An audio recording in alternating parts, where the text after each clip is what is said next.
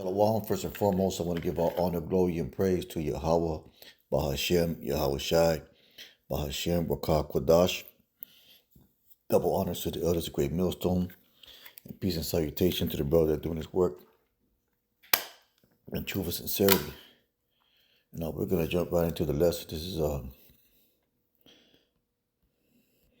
is John 14 and 27. It says, these are the words of Yahweh Shai, the words in red. And it says, peace I leave with you. My peace I give unto you. And that peace is the scriptures, man. You know, that's the comforter. That's what gives us hope. You know, that's what guarantees the promise, man. You know, as we were going into to camp the other day, we were going into how, you know, staying in His Word, and when you find yourself in situations, you know, this should be your go-to. You know, because this is all through the Spirit, and but ultimately that's the goal of every man, that to have peace, and that's something that we have not yet experienced. The closest that we can come to is the peace that we find in scriptures. You know, and then when they say peace, I'm talking about the promises of a new beginning, the promises of righteousness, the promises of not being forsaken by the Lord, for being loyal to Him, for being obedient to Him. And that's why it's important, especially in the time that we're living in, to hold on to that peace. Let's go ahead and get that in, I think it's Revelation. Hold fast.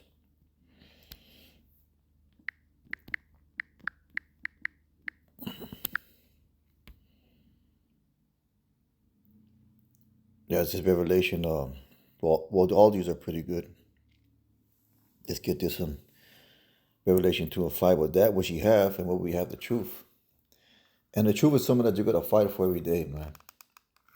You know, you can't be overly confident thinking that you got it, or that your salvation, or you got a ticket to the chariot. It's something that you gotta strive for every day. You know, because the scripture talking about enduring to the end. So it's gonna be a daily fight, man. You know, Paul spoke about fighting the good fight of faith, and that fight's gonna be more challenging as we come up into the days ahead. It says, "But that which ye have already, hold fast till I come." So just by us knowing this truth and being in the right spirit, that's something of value that we have given to us by Yahweh Ba'ashem, Yahweh Shai. So that's something that's something that gives us peace. Keep on going. It says, Revelation 3 and 3 says, remember therefore how thou hast received and heard. You know, what did we receive and heard? We received the gift of faith, you know, the spirit and power to believe in this truth. And we heard the truth. You know, whether you heard it from other brothers, from other apostles and elders of Great Millstone, or whoever you came into it, you know, that's a gift that you received. And we're supposed to remember how we once received it. We received it with joy in Anan. And that reminds me of the scripture about the sowing of the seed.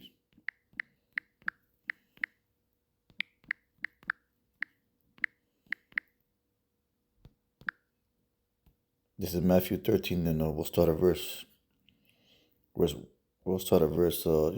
18, Matthew 13, 18. Hear ye therefore the parable of the sower.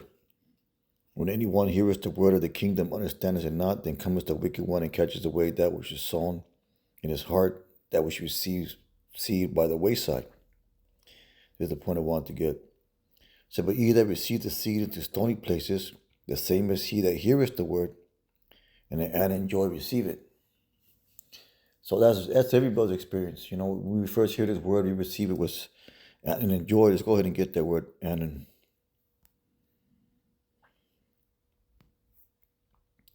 this is the word and it says straightforward, true, sincere, immediately, forthwith. You know, we really took a liking, we were really drawn to it.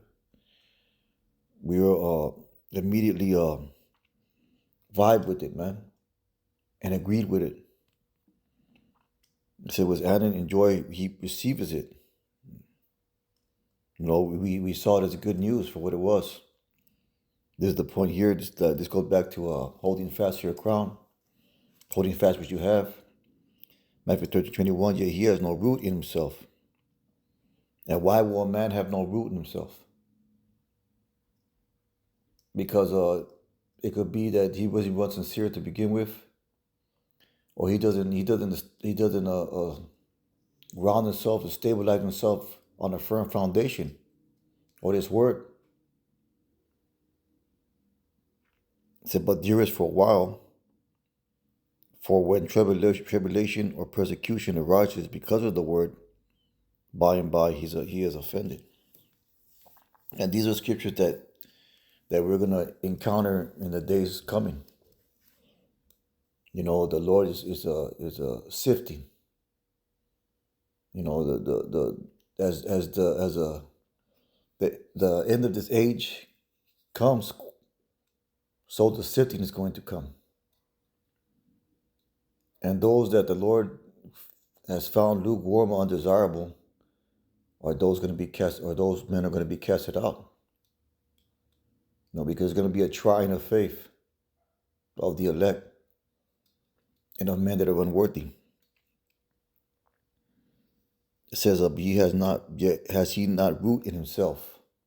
Let's get that word root, man. It says, metaphor, offspring, progeny, root springs from roots, sprout. He's not grounded. He's not stabilized in this truth. But dearest for a while, so he might. We've seen individuals that been doing work for years upon years, and then something happens where the Lord just put them through a trial or through a test, and then you either no longer hear from those men or you hear them preach some other bugged out doctrine. Either they go back into the world or something else happens to them, man. It's a very scary thing. Except for when tribulation or persecution arises because of the word, by and by he is offended. And that's going to happen as well, man, because this truth is going to be demonized. And it could be that fingers are going to be pointed at you. It could be from work or family or society in general. There's gonna be a finger pointed at you where we're gonna be demonized and criminalized because of this truth.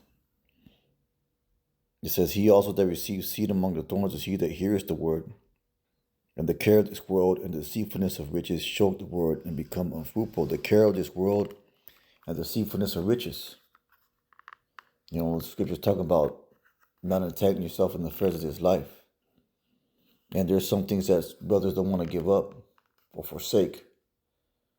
Scripture talking about forsaking women, forsaking possessions, forsaking families.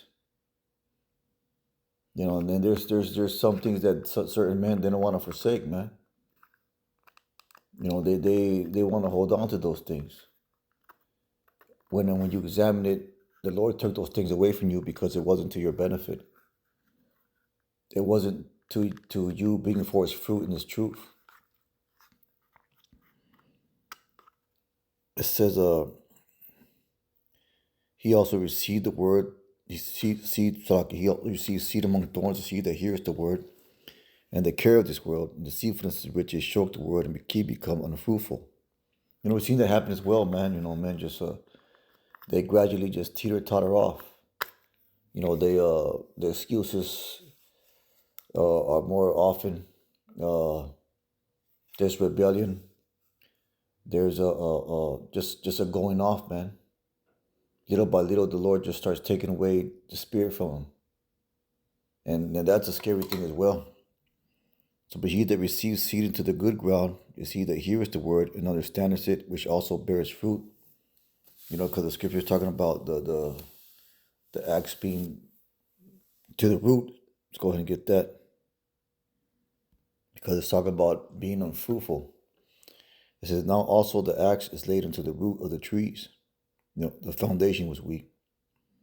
Therefore, every tree which bringeth not forth good fruit is hewn down and cast into the fire.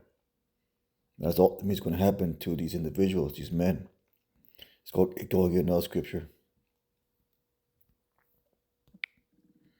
It just came to my mind.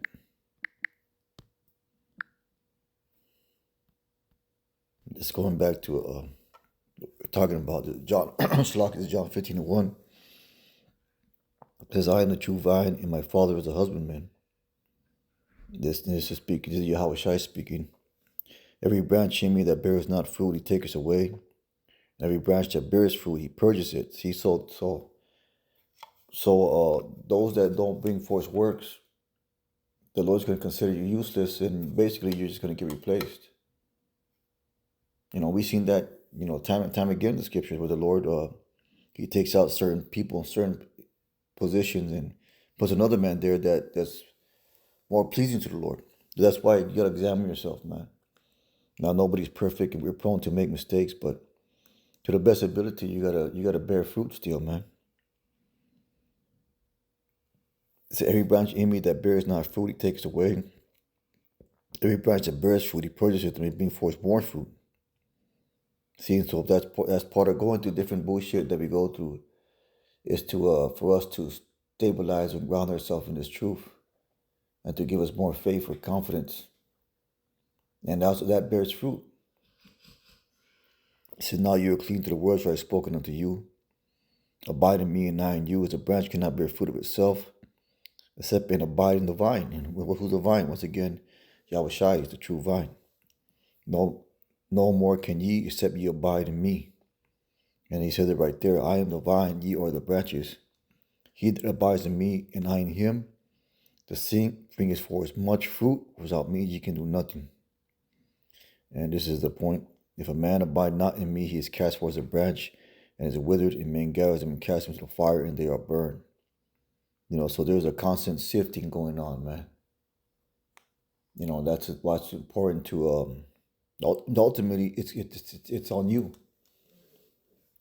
It's not gonna be like I like to say, the Lord's not giving out participation trophies. You're not gonna get salvation. Don't think that you're gonna get salvation just for showing up, man. You gotta put in work, bro. And you gotta bring forth fruits. Do the work. Stay true. Constantly strive to improve yourself in your morality, in your righteousness, in your holiness, in your studies, to walk more uprightly. So let's go ahead and get there's a reward for that, man. Let's get Isaiah 32, 32nd chapter. Here's Isaiah 32. And the Lord's the judge of all things, man. So ultimately, he's going to judge us according to our works or lack thereof. This is Isaiah 32 and 15. I'll start at verse 13. "Until the Spirit be poured upon us," it says, "from on high, and the wilderness be a fruitful field, and the fruitful field be counted for a forest. Then judgment shall dwell in the wilderness, and righteousness remain in the fruitful field. And this is the point I want to get. And the work of righteousness shall be peace, and the effect of righteousness, quietness and assurance forever." So these things have rewards, man. Pursuing this truth has a reward. And then one of the rewards, as the scripture says, is peace and assurance. Let's get that word assurance.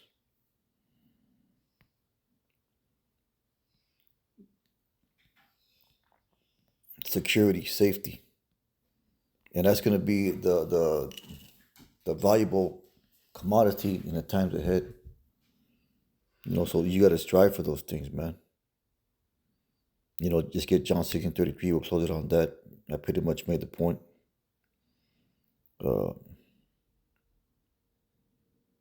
John 16 and 33.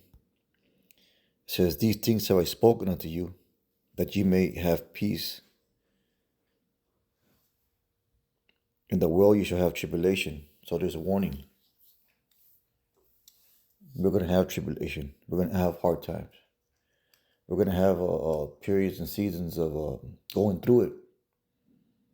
But be of good cheer. I've overcome the world, man. So those are things that bring us comfort. Those are things that bring us peace. Not the peace of this world, but the peace of Yahweh Shai. So with that said, it's a real quick lesson. Most I will and hope is edifying. So I want to give honor and praise to Yahweh Bashem Yahushai. All praise, honor, glory to Yahweh Bashem Yahushai. Let's keep on pushing. Shalom.